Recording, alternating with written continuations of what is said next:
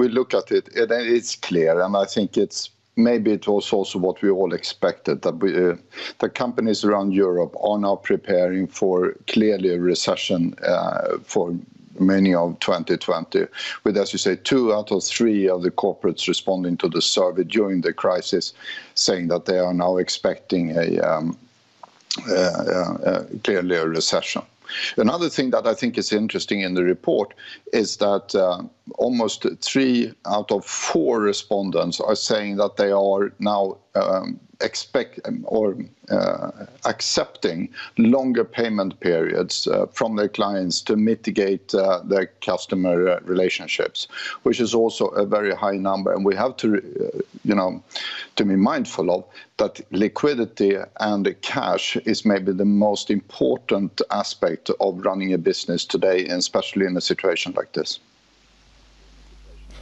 What does it mean for a business like yourselves, who have a huge stock of assets or credits with a lot of debtors as well?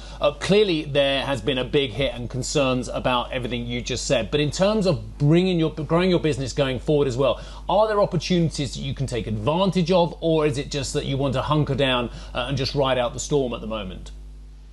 No, of course not. I mean, we as a company, we work with 80 to 85,000 clients throughout Europe who we help and support with late payments. And when late payments are growing, it means that demands for our business is also increasing. So, of course, we prepare ourselves to support our clients to basically collect on the late payments that's generated in the economies right now.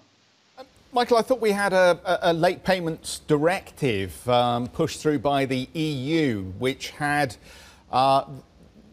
oversight over small and medium-sized businesses in particular that have been struggling as a consequence of this. I mean, it's not a new phenomena, as we know, as corporations have extended their payment periods. Why is that directive not increasing pressure on companies to make payments early? Well, I think you're pointing at a very interesting aspect of this. And when you look at it, it is clear that the number of companies around Europe who is now, you can say, accepting longer payments periods, despite what they actually want and what they need. And the directive from the European Union that is actually talking about 30 days is apparently not, so to say, paying off. And we see in the survey that every second business around in Europe is now asking for other more voluntarily solutions or even legislation. So you can say that the pressure on activity around in this area is building up, I would say. Well, what's the value of the legislation if no one's taking any notice of it? I mean, it also requires companies that don't make timely payments to pay interest. Are they paying interest if they don't pay on time? Well, I guess they do, but it's, especially if you look here in the Nordic countries where you see 8 out of 10 companies accepting longer payment periods that they would normally do.